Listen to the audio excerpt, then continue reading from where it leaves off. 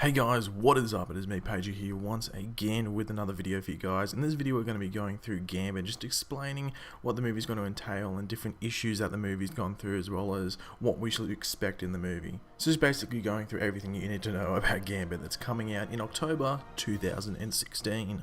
So I'll just give a bit of a breakdown of who Gambit is, just because some people might not be familiar with who he is. Now Gambit is essentially a thief. Now he's from New Orleans, and we did see that in the Wolverine, the Origins movie. Now, one of the traits of Gambit is that he's a really charming character, and he actually can get out of really tense situations just using his charm. But one of his main abilities, I guess, is the fact that he can just charge objects with like telekinesis, which basically makes them explosive and can do a lot of damage. And one of the objects he uses a lot of the time to make explosive are playing cards, which once again we did see in the X-Men Origins Wolverine movie. Now, with all these different abilities, he actually is a pretty powerful mutant, and he's probably could match anyone out there. Now, as I said before, we did see Gambit in the X-Men Origins Wolverine movie, played by the guy from John Carter. I think it's Taylor Kitsch. I might be pronouncing his name wrong there. Now, he was actually one of the strong points of that movie, so I wouldn't have been really angry if he was the one that actually went and did the spin-off movie, but they've chosen Channing Tatum, and there's an interesting story behind that. They were actually going to make a X-Men movie. I think it was the X-Men 3 movie that Bryan Singer was going to do, but he ended up doing Superman Returns, and Channing Tatum was actually going to play Gambit in that movie, in the third X-Men movie, if Bryan Singer directed it. So he was actually going to be Gambit from the start, but obviously he couldn't, and in the spin-off I'm not too sure what happened there, if maybe he was unavailable to do play the part in the Wolverine movie.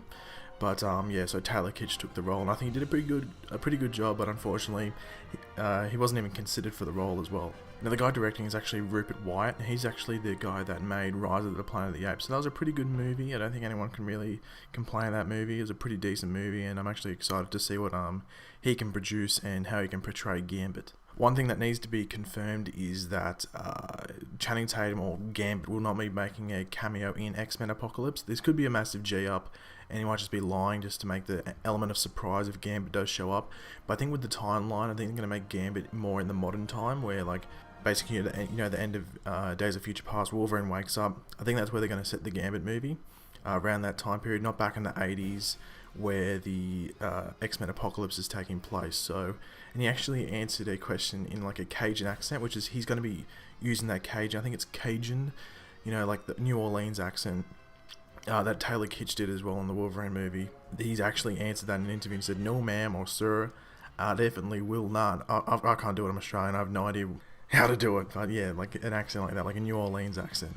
Now, Belladonna will actually be in this movie, who's basically used to, I don't know how they're going to play in the movie. They're probably going to play her as the enemy. They might have like a flashback of them as love interests, but she's also like an enemy some of the time. So I think they might be together. I think there might be like a love-hate relationship. Like sometimes they're feuding, sometimes they're making out. Who knows what's going to happen there? But she's going to be, and she's being played by Léa Seydoux. I think that's how you pronounce it. So I might be wrong there with the pronunciation, but she's going to be in the movie. And yeah, should be pretty awesome. Now, it's actually pretty interesting because Gambit's going to have a much bigger budget than Deadpool. Now, you think Deadpool will be the one that had a bigger budget, just because this movie's been pretty anticipated, because obviously like the leak, well, not the leak, but like the test footage and stuff like that, and a lot of people know about this movie.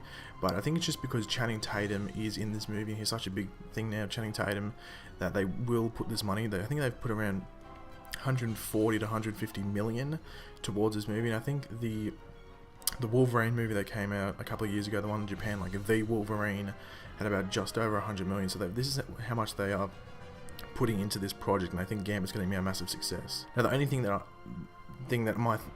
Fox might be going through their heads is that Channing Tatum did leave the project at one time and then came back into it. But I think maybe they reassured him that this is going to be a thing that's going to even boost your career up even more. Now, as I said before in my last video, which was actually a top 7 movies from Marvel or DC coming out in 2016, I did say that that Gambit was actually coming out in October, and I wasn't sure because of all the Channing Tatum leaving, Channing Tatum coming back, some other issues, whether they're going to get that movie out in time. But they're meant to be filming in October/November, so towards the end of October, beginning of November, they'll start shooting this movie in New Orleans, obviously, because I think it's just smarter to film where it's based. Obviously, it just makes more sense. But because of this, we should get some probably some set photos and stuff like that, like Channing Tatum in his outfit. Who knows if he's going to be really faithful to the comics. X-Men, like most of the X-Men movies have been a bit loose with their adaptations with the costumes and their different outfits and stuff. X-Men Apocalypse seems to be bringing really traditional, like paying complete attention to detail from the comics, especially with Psylocke's outfit. Like that just looks even not that good. Just looks like a 2-year-old made it. I don't want to be too offensive, but hopefully they get it right. Hopefully just like a trench coat. Maybe the head thing, I'm not too sure about that. Maybe we might leave that out. But like similarly, it needs to look like Gambit because I think Channing Tatum actually suits it really well. So leave any thoughts in the comment section below. What are you most looking forward to in Gambit? Honestly, I'm just looking forward to just Gambit. I like Gambit. I think he was one of the coolest characters in the animated series. I think he was done really well in the X-Men Origins Wolverine movie. And I think if the rest of that movie was so much better, like we could have got a Gambit spin-off so much sooner. Like even like it could have been out by now. I'm not talking about like coming out this year. Like it could have been out like 2 years ago. So I'm just really excited to see Gambit along with Deadpool and stuff like that coming out next year. A lot of X-Men related movies coming out next year. So it should be pretty interesting.